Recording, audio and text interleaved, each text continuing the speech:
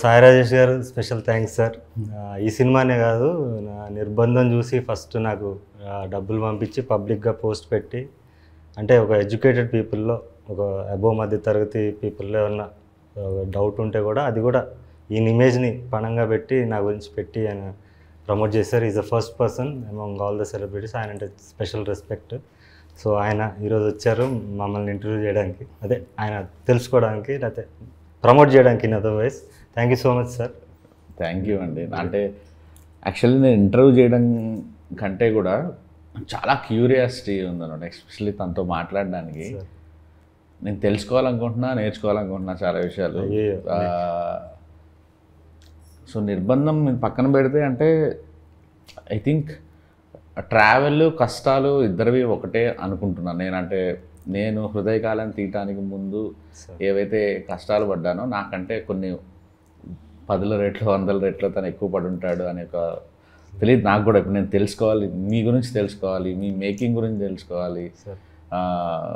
ఇప్పుడు అసలు మీ ఎలాంటి పరిస్థితిలో ఉన్నారు, మానసిక స్థితి ఏంటి? ఎందుకంటే డైరెక్షన్ చేయడం ఒకటే కాదు, ఇన్ని క్రాఫ్ట్లు హ్యాండిల్ చేస్తున్నారు. అసలు ఎలా నిజం చెప్తున్నాను అంటే, నేను అసిస్టెంట్ డైరెక్టర్గా ప్రయత్నాలు మొదలుపెట్టినప్పుడు 2005లో వచ్చాను. 2010-11 వరకు కూడా నాకు ఒక ఆఫీస్ మెట్లు ఎక్కడానికి కూడా నాకు ఏ అవకాశం రాలేదు. అసిస్టెంట్ డైరెక్టర్ అవ్వడానికి కూడా నాకు రాలేదు. కానీ ఇంత సౌండ్ సరోజ్ ఎలా చేయగలుగుతున్నాడు? నాకు ఫస్ట్ కొద్దిగా అంటే కొత్త వాళ్ళకి, ఇప్పుడు అసలు మీ గురించి తెలియని వాళ్ళకి ఒక్కసారి మీరు మళ్ళీ చాలా ఇంటర్వ్యూలో చెప్పున్నా కూడా ఒక్కసారి చెప్పండి. అసలు అంటే ఎక్కడ మీ ప్రస్థానం మొదలైంది, ఎక్కడ మీ పేరు వినిపించడం మొదలైంది, దానికి ముందు పడిన ఒక చిన్న కష్టం ఏంటి? అంటే నేను 2004లో జూనియర్ ఆర్టిస్ట్గా వచ్చాను సార్. హీరో అవుదాం అనే డ్రీమ్లో వచ్చాను. వచ్చినప్పుడు చేశాను 2-3 చిన్న సినిమాలు చేశాను జూనియర్ ఆర్టిస్ట్గా, అంటే బ్యాక్గ్రౌండ్ ఆర్టిస్ట్గా. చేసినప్పుడు నా కళ ఏంటంటే, నా కళ ఎక్కడో ఉంది, ఇది నేను రీచ్ అవ్వాలంటే నా ఇప్పుడున్న పరిస్థితుల్లో అవుద్దా అని చూశాను. అంటే ఇప్పుడు నా వెనక డబ్బు అన్నా ఉండాలి, లేదా నా దగ్గర ఒకవేళ టాలెంట్ ఉన్నా కూడా అది గుర్తించే దర్శకులు ఉండాలి, వాళ్ళతో ఒక ర్యాపో మెయింటైన్ చేయాలి, ఒక జర్నీ చేయాలి. నేను ఇంట్రోవర్ట్ బేసికలీ. సో నేను అనుకున్నది ఎలా సాధించగలను నాకు నేనుగా. నాలో ఉన్న ఇప్పుడు నేను హ్యూమన్ మేనేజ్మెంట్లో అంత ఇది కాదు, పట్టు లేదు నాకు. సో హ్యూమన్ మేనేజ్మెంట్లో అసలు పట్టు లేనివాడు, ఒంటరిగా ఎక్కువ జీవితం గడిపినవాడు ఒంటరిగా ఎలా ఎదగలడు అని నేను ఆలోచించి నేనే దర్శకుడిగా మారితే బాగుంటుందేమో అనిపించింది సార్. అంటే బికాస్ చిన్నప్పటి నుంచి కూడా నేను దూరదర్శన్కి ఎక్కువ ఎక్స్పోజ్ అయ్యాను సార్. మన టైంలో అప్పుడు దూరదర్శనే ఉండేది. సో దూరదర్శన్లో చాలా ఎడ్యుకేట్ అయ్యాను నేను. దాంట్లో టెలిస్కూల్ అని ఒకటి వచ్చేది, ఈ వ్యవసాయదారుల కార్యక్రమం వచ్చేది, మంచి అవార్డ్ ఫిల్మ్స్ వచ్చేవి. దాంట్లో శ్యామ్ బెనగల్, సతీత్ రేవల్ సినిమాలు వచ్చేవి. ఆదివారం మధ్యాహ్నం అనుకుంటా. మధ్యాహ్నం. సో చిత్రలహరి శుక్రవారం నైట్ వచ్చేది. సో ఇలా నేను అంటే ఇప్పుడున్న దాంట్లో ఏంటంటే మనకు చాయిస్ ఉంది. కార్టూన్ నెట్వర్క్ చూసేవాడు కార్టూన్ నెట్వర్కే చూస్తున్నాడు, మనం జంగిల్ బుక్ కోసం ఎదురు చూసేవాళ్ళం. సో అలా చాలా విషయాలు నేను అక్కడి నుంచి ఎడ్యుకేట్ అయ్యాను. అంటే ఒక బ్యాలెన్స్, క్రియేటివ్ బ్యాలెన్స్ వచ్చింది. సో నేనే కథలు రాసుకుని నేనే తీసుకుందాం, నన్ను నేను ప్రొజెక్ట్ చేసుకుందాం అని చెప్పి ఒక షార్ట్ ఫిల్మ్ చేశాను సార్. అప్పట్లో షార్ట్ ఫిల్మ్ కల్చర్ లేదు. చేసి నేనే యాక్ట్ చేశాను. అది పట్టుకుని వెళ్ళిన ప్రతి చోట ఆ డైరెక్షన్ బాగుంది అన్నారు, కానీ నన్ను యాక్టర్గా గుర్తించాల ప్రతి చోట కూడా. సో నేను ఓకే వేరే యాక్టర్ని పెట్టి చేద్దామని అక్కడి నుంచి మిగతా ఇంటర్వ్యూలో చెప్పినట్టు మార్కెట్ ఉన్న యాక్టర్స్తో చేయాలంటే వాళ్ళతో జర్నీ. సో మొదటి బ్రేక్ ఏదండి? అంటే బాగా వినిపించింది, మీ పేరు బయట వినిపించింది నిర్బంధమేనా? దాని ముందు ఆడియన్స్లో నిర్బంధం అండి. ఇండస్ట్రీలో నా మొదటి తమిళ సినిమా ఓర్కల్ ఏదైతే చేశాను, ఆ విజువల్ వండర్ అది ఇదని నాకు నచ్చింది. But even know I feel ashamed of that film. అరే ఇంత ఇమ్మెచ్యూర్గా తీసానే. అంటే ఇప్పుడు వచ్చిన మెచ్యూరిటీకి ముందు డైరెక్షన్ అంటే షార్ట్స్ అనుకునేవాడిని.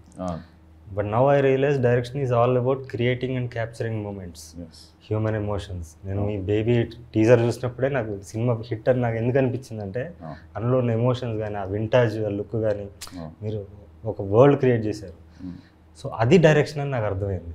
నేను డైరెక్షన్ అనేది నా ఫస్ట్ ప్రయారిటీ కాదు కాబట్టి నేను దాన్ని సీరియస్గా లేదు. ఎప్పుడైతే నేను నటుడిగా మారానో I have become a better director right from నిర్బంధం. కానీ ఈ ఈ ఈ ప్రాసెస్లో మీరు హీరో అవుదామని వచ్చిన ప్రాసెస్లో మీలోని రైటర్ కానీ మీలో ఒక దర్శకుడు ఉన్నాడు ఎవరు చెప్పలేదా మీకు? అదే ఎక్కువ చెప్పారు. మిగతా ఇది తెలియదు కదా సార్, నేను నా యాక్టింగ్ క్వశ్చన్ వాళ్ళకి తెలియదు కదండి. Okay okay. సో అవి people recognise me and even know పెద్ద టెక్నీషియన్స్ కూడా, ఇప్పుడు రామ్ లక్ష్మణ్ ఫైట్ మాస్టర్లు కూడా, ఓకే నీ సినిమా ఫైట్ చూసే మేము వెళ్ళి మహేష్ బాబు సినిమా చేసినా, అల్లు అర్జున్ సినిమా చేసినా నీ సినిమా ఫైట్ చూసి ఇన్స్పైర్ అయ్యి వెళ్తాం అని చెప్పారు. అంత పెద్ద ఫైట్ మాస్టర్లు నేను పుట్టక ముందు చేస్తున్నారు వాళ్ళు. సో అది నాకు ఐ ఫీల్ ప్రివిలేజ్. అలాంటి చాలామంది టెక్నీషియన్స్, డిఓపీలు కానీ ఆర్ట్ డైరెక్టర్లు కానీ అది ఇండస్ట్రీ వరకే పేరు. బట్ జనాల్లోకి ఇవన్నీ హంగులు కాదని వాళ్ళు చూసేది ఎమోషన్, వాళ్ళు కనెక్ట్ చేసుకోవడం. అది రియలైజ్ అయినప్పుడు నా రెడ్ జర్నీ స్టార్ట్ అయిందండి. యా, బట్ నాలో ఒక కోరిక ఏంటంటే భాగ్యరాజు గారు కానీ, కాశీనాథ్ గారు కానీ, ఉపేంద్ర గారు కానీ, ఇలా నాకు చాలా ఇష్టం, విశ్వనాథ్ గారు కానీ, వాళ్ళ యాక్టింగ్లో పడి ఒక గ్రేట్ డైరెక్టర్స్ని మిస్ అయ్యాం. దయచేసి మీరు డైరెక్షన్ మాత్రం వదలకండి. హీరోగా సెటిల్ అయినా ఫ్యూచర్లో. నేను డైరెక్టర్గా ఫెయిల్యూర్ అయ్యాను సార్. నేను ఇప్పుడు ఫస్ట్ 3 సినిమాలు కూడా నేను డైరెక్టర్గా 2 సినిమాలు తమిళ్లో చేశాను, 1 తెలుగులో చేశాను. 3 ఎవరికి తెలియకుండా పోయింది. అవును, మణిరత్న గారికి 6వ సినిమా హిట్ అండి, మీకు తెలుసో లేదా, మౌనరాగం. అవును, కన్నడలో చేశారు. అండ్ నేను అంటే దాని గురించి కాదు, నేను ఇంపాక్ట్ ఇవ్వలేదు డైరెక్టర్గా. నాకు ఒక పర్టికులారిటీ లేదు కాబట్టి, నాకు అంటే ఇంట్రెస్ట్ లేదు, కంప్లీట్ ఇంట్రెస్ట్ లేదు కాబట్టి. ఇది ఎందుకు చేస్తా అంటే నా బతుకుతారు. నన్ను నేను ఎస్టాబ్లిష్ చేసుకోవాలంటే నాలో ఒక దర్శకుడు ఉండాలి, ఒక మ్యూజిక్ డైరెక్టర్ ఉండాలి, ఒక ఎడిటర్ ఉండాలి. ఇవన్నీ చాలా స్ట్రెయిన్ ఈ జాబ్. కానీ ఫైనల్గా వీడి కోసమే నేను బతుకుతున్నాను. సో వాడిని వదిలేసి మళ్ళీ నేను నాలాగా ఉంటే మళ్ళీ 3 సినిమాలాగా అయిపోతాను. అది నాకు ఆ క్లారిటీ ఉంది. అందుకే అతను నడిపించడానికి దర్శకుడిని కూడా అలానే ముందుకు తీసుకెళ్ళి ఇద్దరు కలిసి వెళ్ళండి అంటున్నాను నేను. అదే సో ఒకరి కోసం ఒకరిని వదిలేయకండి అంటున్నాను. బయట వేరే సినిమాలు చేసినప్పుడు మాత్రమే నటుడుగా చేస్తాను. నా సొంత చేసినప్పుడు definitely I direct my self. అంటే సంవత్సరానికి ఒక సినిమా చేయాలని ఉంది. బయట నటులతో అయితే డైరెక్ట్ చేయలేను. అండ్ అంటే ఈ వీటన్నిటికీ వెనకాల యూజువల్లీ మనలాంటి వాళ్ళు అంటే ఇలా ఏ బ్యాక్గ్రౌండ్ లేకుండా మనమే ప్రొడ్యూస్ చేసుకొని, లేకపోతే మనం డైరెక్షన్ చేసుకొని ఎతికేట ప్రాసెస్లో 3 మార్గాలు అంటే, ఒకటి ఎక్కడో దగ్గర పెద్ద అప్పు తెచ్చి సినిమాలు చేయటం, లేదా ఫ్రెండ్స్ దగ్గర తీసుకోవడం, లేదా క్రౌడ్ పుల్లింగ్. సో మిమ్మల్ని నడిపిస్తుంది ఎవరు ఈ ప్రాసెస్లో, ఈ సినిమాలన్నింటిలో? అభిమానులు అండి. నేనంటే నా ఫ్రెండ్స్ ఉంటారు ఎక్కువ. నేను చెప్పాను ఇంట్రోవర్ట్, ఒంటరిగా ఉంటాను. అభిమానులే నాకు ఫ్రెండ్స్. సో అందులో అభిమానుల నుంచి వచ్చిన మ్యాడ్ ఫిల్మ్ లవర్స్ ఎవరైతే ఉంటారో, అరే వీడు రావాలి, వీడు మన పార్ట్ మనం చేయాలని అందరితో కూడా 1 to 1. వీళ్ళందరూ గ్రూప్గా కాకుండా విడివిడిగా నాకు ఫండ్ చేసి అన్కండిషనల్గా నువ్వు సినిమా చేయి అనే ఒక ప్రాసెస్ జరిగింది సార్. దానన్నిటికీ కారణం నా గత 3 సినిమాలు. నేను ఫ్రీగా రిలీజ్ చేసి కళనాది వేల మీద అనే కాన్సెప్ట్లో చేయడం వల్ల ఒక ఎమోషనల్ కనెక్ట్ అయిన వాళ్ళు ఎక్కువ మంది ఉన్నారు. వాళ్ళందరూ సపోర్ట్. నిర్బంధం ఆ టైంలో ఎంతండి మీ బడ్జెట్స్? యాక్చువల్లీ నిర్బంధం తక్కువే సార్. నిర్బంధం 8 daysలో తీసానండి. అది కూడా మేకింగ్ వీడియోస్ ఉంటాయి, చిన్న కెమెరాలో. నేను మొత్తం అన్నీ చూసుకోవాలి, నిన్న మొత్తం యూట్యూబ్లో మొత్తం షాక్ అయిన 8 daysలో తీసింది. అది 8 days. నిర్బంధం 2 వచ్చి 22 daysలో తీసాను. అది మొత్తం పొలిటికల్ ఫిల్మ్. మాంగళ్యం కూడా ఇంచుమించు అన్ని డేస్లో 23-24 days. ఓకే. పరాక్రమం ఎన్ని రోజులు తీసారు? ఇది కూడా అంతే. కాల్ షీట్స్ ఎక్కువ అండి దీనికి. 57 call sheets. Okay. You follow అంటే యూనియన్ రూల్స్ అవన్నీ ఫాలో అవుతారండి, లేకపోతే గరిల్లా స్టైల్? లేదు, ఇప్పుడు ఫాలో అవ్వాలి కదండి. ఇప్పుడు సినిమా మెయిన్ స్ట్రీమ్ చేస్తాం కదా. కెమెరామెన్ కూడా ఆయన పెద్ద కెమెరామెన్ అండి, 100% లవ్ చేసిన ఆయన. సో ఆరియల్ ఎక్సా కెమెరా అన్ని కొంచెం పెద్ద సెటప్. అండ్ నేను పరాక్రమం ట్రైలర్ నమ్మండి నమ్మకపోండి ఒక 10-15 సార్లు చూసుంటాను. Thank you so much. నిన్నటి నుంచి ఏదో మ్యాజిక్ ఉంది, మీలో మ్యాజిక్ ఉంది, మీ మాటల్లో మ్యాజిక్ ఉంది, మీ డైరెక్షన్లో మ్యాజిక్ ఉంది. You belong to somewhere. అంటే నాకు తెలిసి ఇంకొక 1-2 సంవత్సరాల్లో మీ పేరు గట్టిగా వినిపించబోతుందని నాకు తెలుసు. అంటే ఏముందో నాకు తెలియదు పరాక్రమంలో. నేను ఎందుకు అన్నిసార్లు చూస్తున్నాను కూడా నాకు తెలియదు. మళ్ళీ చూడాలనిపిస్తుంది, మళ్ళీ చూడాలనిపిస్తుంది. అందులో మీన్ అంటే నేను ప్రాపర్గా ఎక్స్ప్లెయిన్ చేయలేను. Well designed. మొదటి నుంచి నేను అంటే నిర్బంధం కానీ లేకపోతే మాంగళ్యం కానీ ఆ మాటల్లో రాసే మాటల్లో మ్యాజిక్ ఉంటుంది కాదంట. బట్ ఇది ఇంకా నేను ఎస్కేఎన్కి ఇమీడియట్గా పెట్టాను. లైక్ చూసావా నువ్వు పరాక్రమం అంటే ఇరకదీశాడు రాజా, అసలు యాక్టింగ్ అయితే చంపేస్తున్నాడు, అసలు చాలా బాగుంది సినిమా అంటే ఎందుకు ముందుకెళ్ళట్లేదు ఇండస్ట్రీలో, ఎందుకు దాన్ని సరిగ్గా వాడుకోవట్లేదు అంటే నాకు తెలియదు.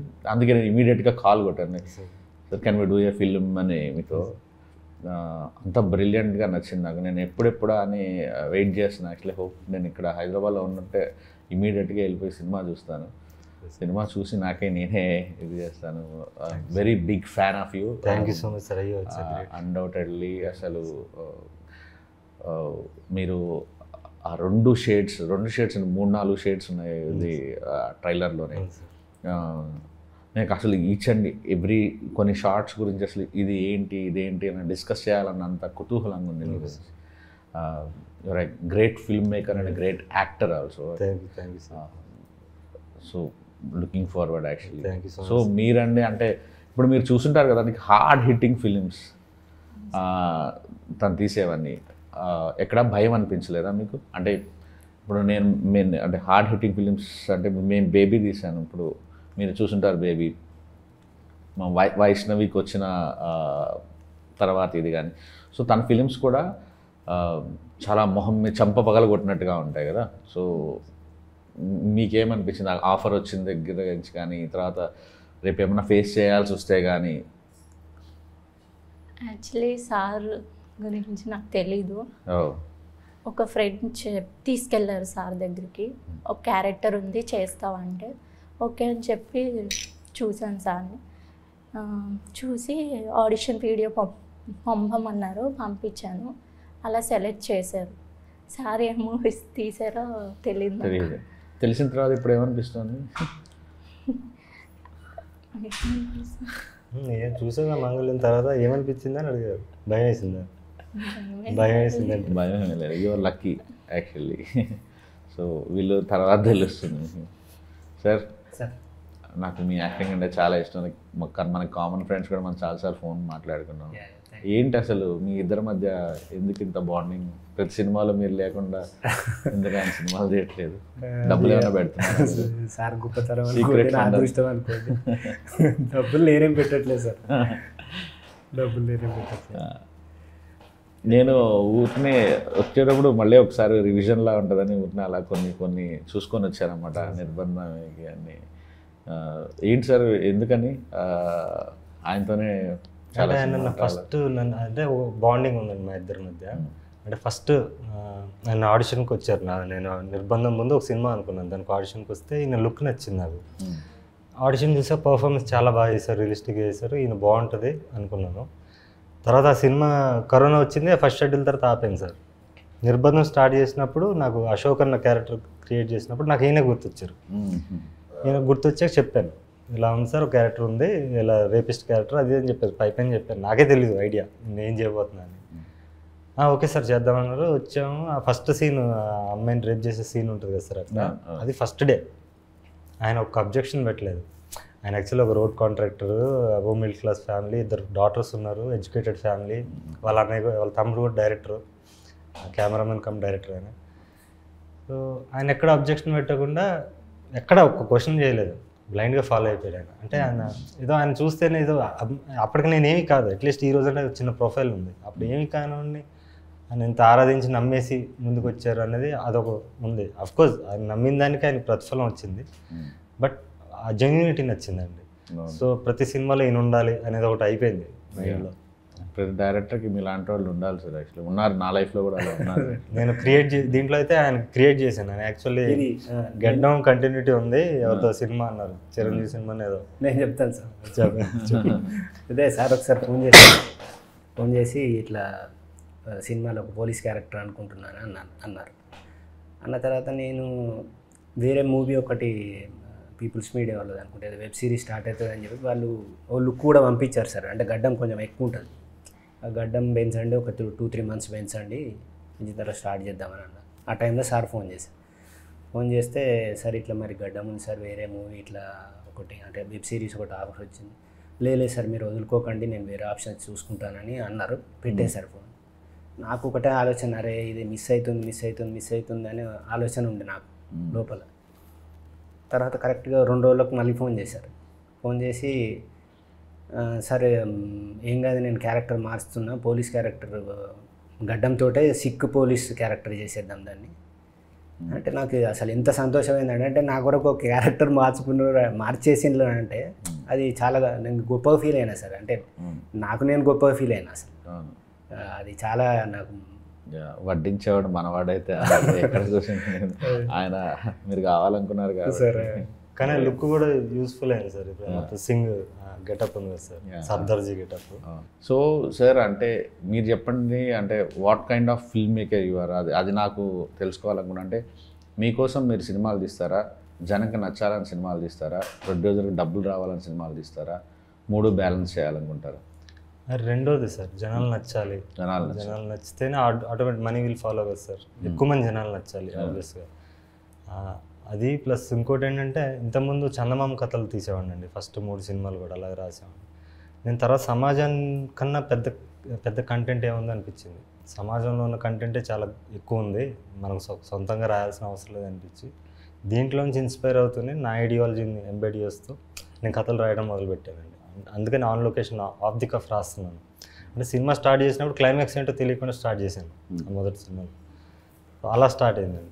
అంటే ఒక సినిమా నేను అడిగేది అంటే, ఇప్పుడు సినిమాని ఒక కళగా చూడాలి, డబ్బులు మనకు వస్తే ఏంటి రాకపోతే ఇది ఒక ఆర్ట్ ఫామ్ అని బిలీవ్ చేయటమా, లేకపోతే పెట్టిన డబ్బులు తిరిగి రావాలి, జనాలు విపరీతంగా. అంటే మీకు ఫర్ ఎగ్జాంపుల్ చెప్తాను సార్, నేను హృదయకాలం తీసినప్పుడు విపరీతంగా ట్రోల్ చేశారు నన్ను ఒక సెక్షన్ ఆఫ్ ఆడియన్స్. ఇప్పుడు బేబీ తీసినప్పుడు బేబీకి కూడా నిబ్బా నిబ్బి సినిమా అంటారు, తిడుతుంటారు.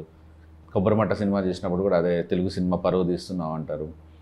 సో నేను ఒక రాజమండ్రి థియేటర్కి వెళ్ళినప్పుడు అక్కడ మాస్ ఆటో డ్రైవరు ఒకతను, ఒక తాగేసి ఒకతను, వాళ్ళు ఎంజాయ్ చేస్తుంటే కడుపు నిండిపోయింది. అంటే మనం ఎక్కడో పేపర్ మీద రాసింది ఎవరికో ఆనందం ఇస్తుందంటే ఇంకా అంతకు మించి ఏం కావాలి.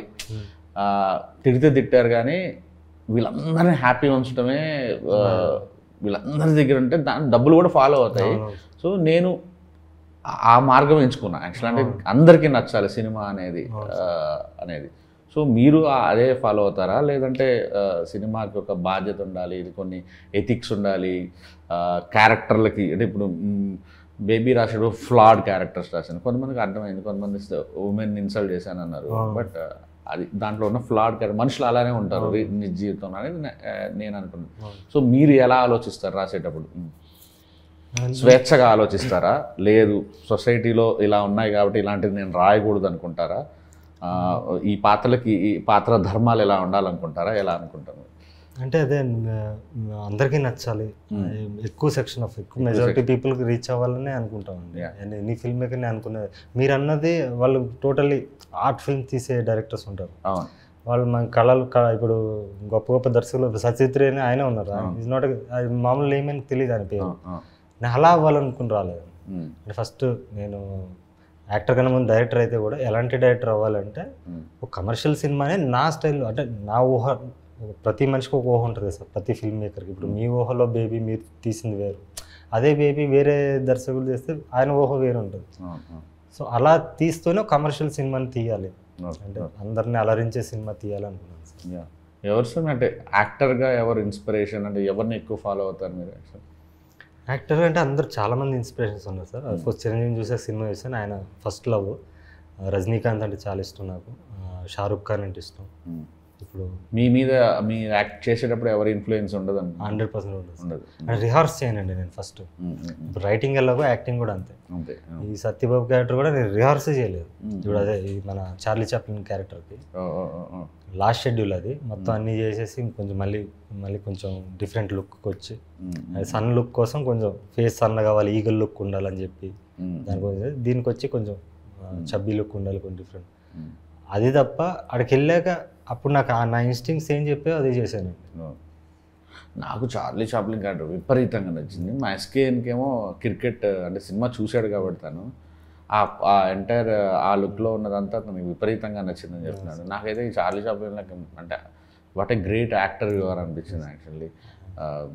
Thank you sir. సో ఇప్పుడు అంటే మీరు మరి నిర్బంధం కంటే ఒక కొత్త తీసుకొచ్చారు యాక్చువల్లీ. ఏంటి, ముందు డబ్బులు 1,00,000 టికెట్లు అమ్మితే నేను మీకు ఫ్రీగా రిలీజ్ చేస్తానని. Now your coming in to the theatres, first time కదా థియేటర్స్ రావడం. అవును సార్. ఎలా ఉంది సార్? అంటే నేను నా ఫస్ట్ సినిమా తీసినప్పుడు చాలా ఫ్రస్ట్రేషన్ ఉండేది. అంటే షోలు దొరకవు, ఎక్కడో ఊరవతలు ఇస్తాడు ఇద్దరు ముగ్గురికి, మన సినిమా వాల్యూ తెలియదు, మనం ఇంటర్నెట్లో ఎంత తోపులమైనా వాడికి అర్థం కాదు, ఎక్స్ప్లెయిన్ చేయలేం. డిస్ట్రిబ్యూటర్ వస్తారు, ఒక సినిమాలు చూస్తారు, బాగానే ఉంది కానీ అండి ఈ ఎక్కడండి ఇలాంటివి అంటారు, ప్రింట్లు పబ్లిసిటీలు మీరు పెట్టుకోండి మేము రిలీజ్ చేస్తూ ఉంటారు, ఇలాంటివన్నీ తగులుతుంటాయి కదా. Are you facing those kind of problems? అంటే అది ఎప్పుడు ఉండేది సార్. నేను ఫస్ట్ సినిమా ఎప్పుడు ఫిల్మ్లోనే తీశాను, ఫిల్మ్ కెమెరాలో తీశాను. అప్పుడు కూడా ప్రొడ్యూసర్ వేరే పర్సన్ అయినా కూడా ఆయన కూడా కొత్తే. సో నేను అన్ని ఇదే జరిగింది నాకు. సో దానిదేం తప్పలేదంటాను. ఇప్పుడు వాళ్ళకి డిస్ట్రిబ్యూటర్స్ కానీ ఎగ్జిబిటర్స్ కానీ వాళ్ళు మార్కెట్లో ఎవరు ఉన్నారని చూస్తారు, వాళ్ళు ప్రజల్లోకి వెళ్ళి సర్వే చేయలేరు కదా సార్, అంత టైం ఉండదు వాళ్ళకి, వాళ్ళు ఇప్పుడు ఉన్న బిజినెస్ దీంట్లో. సో మనం రిలీజ్ చేసుకుని నిజంగా సినిమాలో మెరిట్ ఉంటే సక్సెస్ అవుతుంది కదండి. లేదు మెరిట్ అవ్వలేదు, లేకపోతే రీచ్ అవ్వలేదు, మనం అట్లీస్ట్ మనం ఒక స్టాంప్ వేస్తాం కదా. ఇప్పుడు నిజంగా మనల్ని అంతమంది అభిమానిస్తే పక్క ఊర్లో ఉన్నా కూడా వచ్చి చూస్తాడు మన కోసం. అలాంటి సినిమా తీయాలి, అలాంటి కంటెంట్ ఇవ్వాలి, వాళ్ళని ఎక్సైట్ చేయాలి. ఒక ట్రైలర్ అనేది ముఖ చిత్రం అండి దేనికన్నా. సో ట్రైలర్ చూశాక వాడు అందులో ఉన్న మూమెంట్స్ని సినిమాలో చూడడానికి వస్తాడు నేను కాన్ఫిడెన్స్తో చేస్తున్నాను. సో ఇప్పుడు పరాక్రమకి మీకు రిలీజ్ అంతా స్మూత్గా ఉంది, అవును సార్. అసలు ఎటువంటి డిస్ట్రిబ్యూషన్ సైడ్ కానీ ఎగ్జిబిషన్ సైడ్ కానీ ఎటువంటి లేదు. ఎస్కేఎన్ గారు ఉన్నారు వెనక, ఆ ప్రాబ్లం లేదు. హ్యాపీ. ఎస్కేఎన్ గారు ఉంటే ఇంకా పెద్ద తలకాయ ఉన్నాడు యాక్చువల్లీ. అండ్ ఐ థింక్ ఇలాంటి ఫిలిం అందులో నా ఫేవరెట్ డేట్ రోజు రిలీజ్ అవుతుంది, మా బాస్ బర్త్డే రోజు కదా అది. అండ్ సో నాకు ఒక్కసారి పరాక్రమం ఎందుకు చూడాలి? ప్రతి మనిషి కామన్ మ్యాన్ అంటే నేను అంటే నాలా బతికేయడం ఈజీ సార్. ఒక ఫోకస్ ఉండి ఒక ఇది ఉండి దానికోసం బతకడం ఈజీ. ఒక కామన్ మ్యాన్ అనేవాడు వాడు ఎన్నో కాంప్రమైజెస్, వాడు డ్రీమ్స్ని కంట్రోల్ చేసుకుని ఫ్యామిలీ కోసం ఇంకేదో బాండింగ్ కోసం బతుకుతుంటాడు. వాడు రోజు ఎంతోమందిని ఫేస్ చేస్తుంటాడు. వాడిని ద్వేషించేవాడు ఉండొచ్చు, వాడిని కమాండ్ చేసి ఒక బాస్ ఉండొచ్చు, వాడిని ప్రేమించి మోసం చేసిన వాళ్ళు ఉండొచ్చు, గెలిచిన ప్రేమ ఉంటుంది, ఓడిపోయిన ప్రేమ ఉంటుంది, గోతులు తగ్గడం ఉంటుంది, ఇలా రకరకాల క్యారెక్టర్స్ వాడి చుట్టుపక్కలే ఉంటారు. వీళ్ళందరినీ దాటుకుని వాడు జీవిస్తుంటాడు, లీడ్ చేస్తుంటాడు. కానీ వాడు ఊహలో మాత్రం వాడిని ఒక హీరోగా ఊహించుకుంటాడు, వీళ్ళందరినీ ఇలా కొట్టాలి, ఇలా తన్నాలి, ఇలా చేయాలనుకుంటాడు. సో అదంతా నేను సినిమాలో చూపించాలనిపించింది. సో లోవరాజ్ అనే మళ్ళీ కామన్ మ్యాన్కి ఏముంటుందంటే పుష్ప, కేజీఎఫ్ లాంటి సినిమాలు చూసి ఎంజాయ్ చేస్తారు, కానీ నేను వాళ్ళగా అవ్వాలనుకోరు. ఎందుకంటే క్రిమినల్ అవ్వాలనుకోరు ఎవరు. జైలు అంటే భయం, లేకపోతే రక్తపాతం ఇలాంటివి చేయకుండా మనం హీరో అవ్వాలనుకుంటారు. సో ఇందులో లోవరాజు రక్తపాతం చేయడు, క్రైమ్ చేయడు, ఏం చేయకుండా హీరో అవుతాడు. అంటే నేను ఒక 100 రూపాయలు పెట్టి టికెట్ కొనిపిస్తే నన్ను నవ్విస్తారా, ఏడిపిస్తున్నారా, రకరకాలుగా ఏ కైండ్ ఆఫ్ ఎమోషన్లోంచి నాకు హై ఇవ్వబోతున్నాను? అన్నీ ఉంటాయి సార్. అండ్ ప్రేమ ఉంటుంది, అదే మీరు అన్న వినోదం ఉంటుంది, యాక్షన్ ఉంటుంది, నటన ఉంటుంది. మెయిన్ నటన అండి. నటన కోసం ఖచ్చితంగా సినిమాని నటనే తీసుకెళ్తుందని నా ఫీలింగ్. నేను అదే అనుకున్నాను. బట్ అన్ని క్రాఫ్ట్లు అమేజింగ్ ఉన్నాయి, బ్యాక్గ్రౌండ్ స్కోర్, ఎవ్రీథింగ్, యాక్టింగ్ దగ్గర నుంచి మ్యూజిక్ కానీ కెమెరా వర్క్ కానీ ఎవ్రీథింగ్ ఈజ్ సో గుడ్. నాకైతే ఈ సినిమా ఆడాలని మనస్ఫూర్తిగా నా ఇంటర్వ్యూలు చేసుకోవడానికి నేను భయపడతాను, అలాంటి వచ్చి కూర్చొని చేస్తున్నానంటే నాకు అలా అనిపించింది. హార్ట్ఫుల్గా విష్ చేస్తున్నాను సార్. All the best. ముగ్గురికి కెరీర్ సెటిల్ అవ్వాలి, మీరు పెద్ద స్టార్ అవ్వాలి, గ్రేట్ డైరెక్టర్ కూడా అవ్వాలి. Thank you sir. అందరికీ మెచ్చే రైటర్ కూడా అవ్వాలి. నాకు మీ మాటలు రాసే పద్ధతి చాలా చాలా చాలా నచ్చింది. Good luck sir. Good luck. Thank you so much.